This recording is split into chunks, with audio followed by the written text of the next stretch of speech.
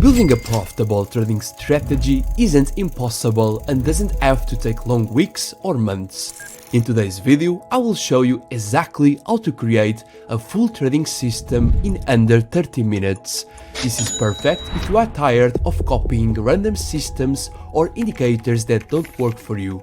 We'll go step by step through the 5 key components every efficient strategy needs, using real examples, real backtests and real results. If you are new here, I'm a TP and I help traders simplify the path to profitability. Let's get started.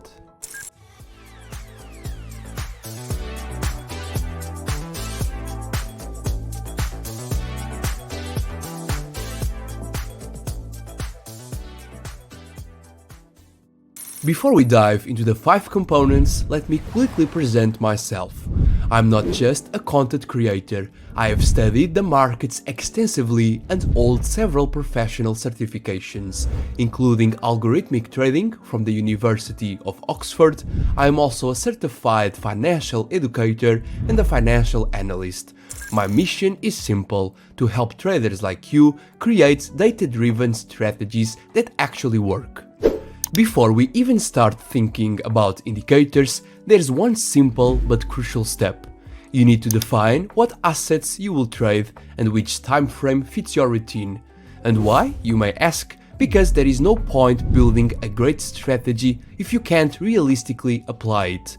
So ask yourself, how much time do I have to trade and which markets do I follow more easily? Once you answer these, choose the best match for you. In this video, I will use Bitcoin on the 30-minute time frame as an example, but you can apply the same process to any market or time frame. Now let's get to the fun part. To build a strategy that actually works, not just profitable but also consistent, you need 5 key elements working together. The first component we need is what I call the entry trigger indicator. This is the one that tells you exactly when to enter a trade, either long or short. So any indicator that provides clear entry signals can be considered a trigger. This could be a 2-line crossover, a histogram crossing the 0 line, or even a simple buy or sell arrow from a custom script. As long as the condition is clear and you can replicate it every time, it works. So the real question you might be asking is, which trigger indicator should I use? And the truth is, there is no universal answer. Some traders do great with the Bollinger Bands, others with RSI and others with more advanced custom tools. The only way to know what works best for you is to test multiple options. Just make sure you test them under the same conditions so that you can compare the results fairly. In fact, I've been doing exactly that for over a year, testing dozens of indicators and publishing all the results in my indicators testing series. Every time I test a new one, I update a public ranking table which you can access for free on my website. It's a great place to start if you are looking for ideas or simply want to know which ones have worked best in my tests. So, for this video, as an example, I will be testing the top 3 indicators from my current ranking. Remember, this is just to demonstrate the process.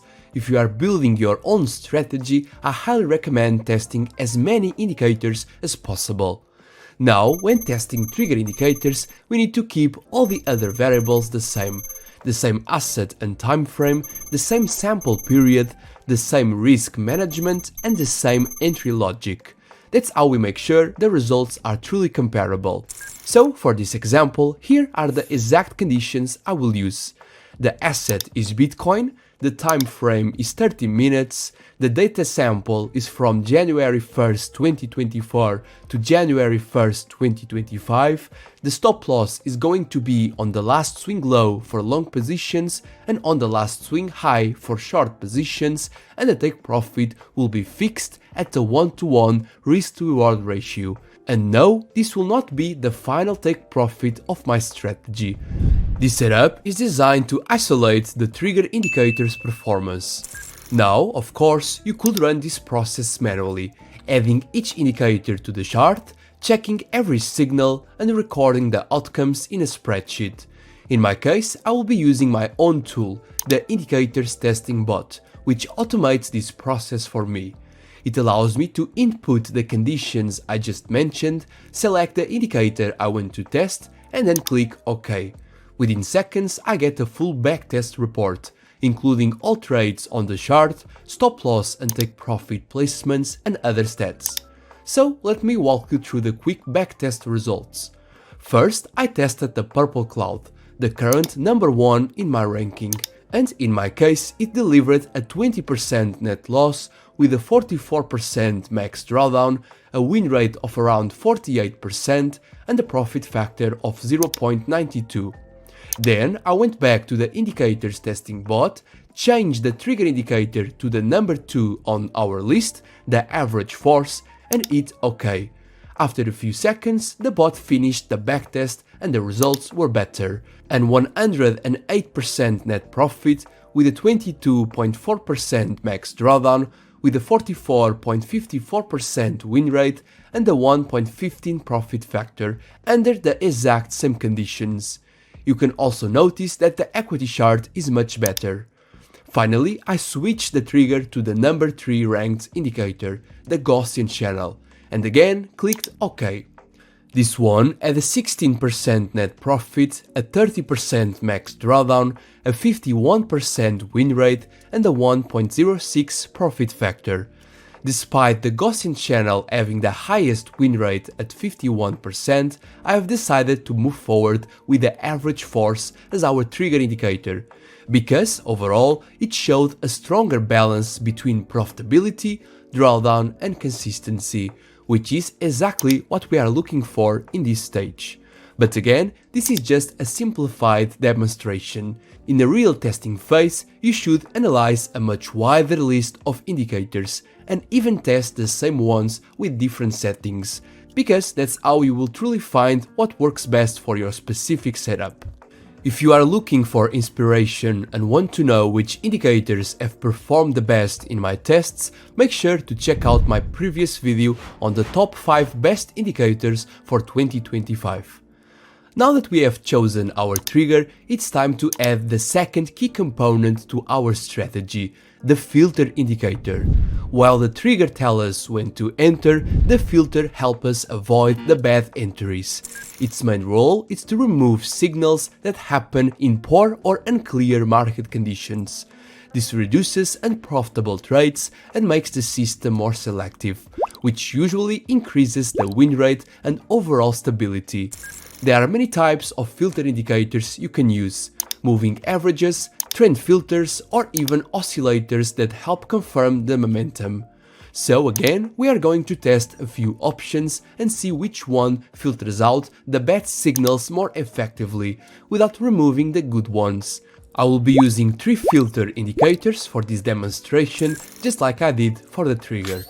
The first filter indicator I tested was one of my personal favorites, the Detrended Price Oscillator, also known as DPO. Unlike most oscillators, the DPO removes the overall trend from price to help you better identify short-term cycles. When used as a filter, it helps clean up false signals by ensuring we are only trading when the market has room to move. So how did it perform? Using the exact same strategy setup with the average force as a trigger, here are the results: a net profit of 51%, a 20% max drawdown, a win rate just under 48%, and a profit factor of 1.11. Not bad, but I believe we can do better. The second filter I tested was the classic 200 EMA, a widely used moving average that helps define the long-term trend. It's simple. If the price is above the 200 EMA, we only look for long trades. If the price is below, we only take shorts.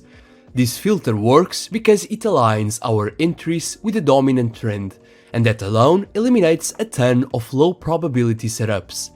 And the results speak for themselves: a 127% net profit, a 10.59% max drawdown, a win rate close to 57%, and a profit factor of 1.38.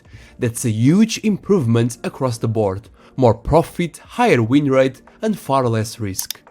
Finally, I tested the super trend, another trend following indicator that adjusts dynamically based on both volatility and price movement. It gives clear green or red zones on the chart, and it's often used as a filter. When applied to our system, here's what we got: a net profit of 46%, a 27% max drawdown, a 52.67 win rate, and a profit factor of 1.13. So, still an improvement compared to no filter at all, but not quite as strong as the 200 EMA. And so, of course, I will move forward with the 200 EMA. It showed the best balance between profitability, risk and signal quality, and made our strategy much more efficient. And again, just like with the trigger indicator, the more filters you test, the better. You can test different types, tweak the settings and combine multiple ones to find what works best for you. Now let's move on to the third essential piece of our system, the volume indicator. Volume is often overlooked by beginners, but it plays a critical role in validating the strength behind a price movement. Think about it: if you get a buy signal but it happens in a market with almost no activity, is that really a reliable trade? Probably not. So the purpose of this piece is simple: we only want to enter into trades when there is enough volume to support the move. That way, we filter out periods of low interest, which often lead to sideways action, choppy price behavior, or false breakouts. There are many ways to use volume in trading, from traditional volume bars to more advanced indicators like volume oscillators or money flow index. Some traders use volume spikes, others use volume trends. What matters most is that it gives you a consistent rule to decide when not to trade.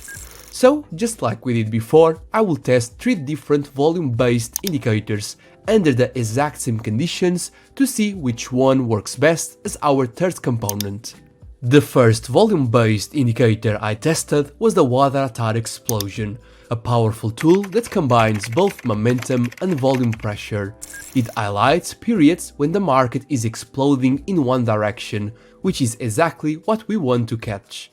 When the explosion line is above the threshold and the trend direction is confirmed, we allow trades. With our strategy set up so far, here are the results: a 64% net profit, a 12% max drawdown, a win rate just under 56%, and a 1.26 profit factor. Not bad, it helps avoid weaker market conditions. But let's keep going. The second indicator I tested was the checking money flow, or CMF. This one measures the flow of money into or out of a security by combining price movement with volume, giving us a good read on buying or selling pressure. I only allowed trades when the CMF was above 0 for longs or below 0 for shorts. The results were a net profit of 71%, a 12.4% max drawdown, a win rate just under 57%, and a 1.32 profit factor. That's a strong performance, slightly better than the Watt explosion, and shows CMF is doing a solid job filtering low conviction trades. Finally, I tested the choppiness index.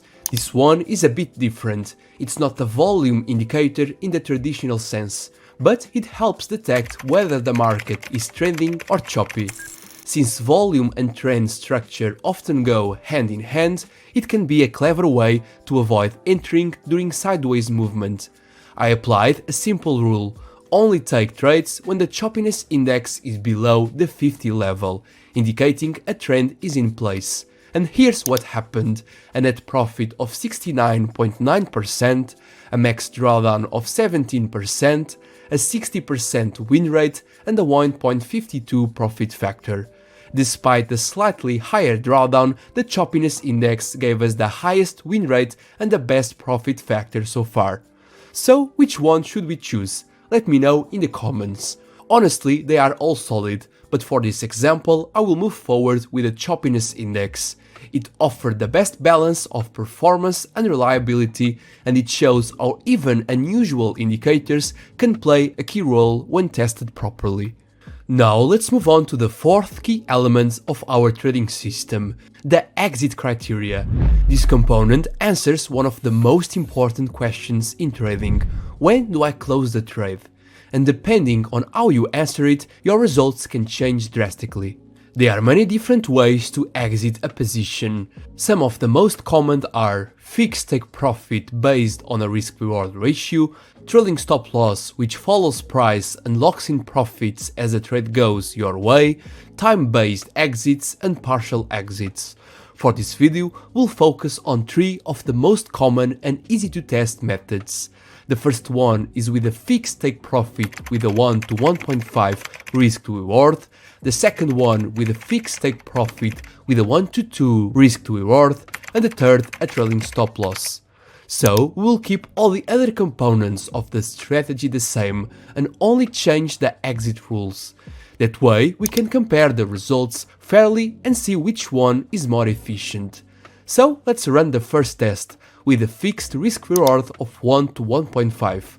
And here are the results: an 82.25% net profit, a max drawdown of 29.62% with a 50.31% win rate and a profit factor of 1.51. Now let's change the take profit to 2 times the stop loss for 1 to 2 risk to reward ratio. Here's how it performed. The net profit increased as expected to 95%, the max drawdown was 24.43%, the win rate dropped to 43.40% and the profit factor remained similar at 1.53. Finally, let's try using a trailing stop loss based on 2 times the ATR value. This means the stop loss will trail behind price as it moves in our favor, locking in profits but giving the trade more room to grow. And here are the results with that setup: a 65.8% profit, a 20% max drawdown, a 54.24% win rate and a 1.51 profit factor. Looking at the results, all 3 exit methods have fairly similar profit factors, around 1.5. The 1 to 2 risk to reward gave us the highest net profit overall, but at the cost of a significantly lower win rate, only 43%. And that's a key point. Sometimes the best strategy on paper isn't the one you will feel self-confident trading. In my case, I will choose the 1 to 1.5 setup, because it keeps the win rate just above 50%, gives a strong net profit and maintains a healthy balance of risk and reward. So now we have got our full strategy in place. The entry trigger is the average force, the filter is the 200 EMA, the volume check is the choppiness index, and the exit is the 1 to 1.5 risk to reward. And now there is just one more thing left, the fifth and final element of a strong strategy: robustness. You see, building a strategy that works on a single asset is great, but the real test is seeing how it performs across multiple assets. If it only works on Bitcoin, it might be overfitted.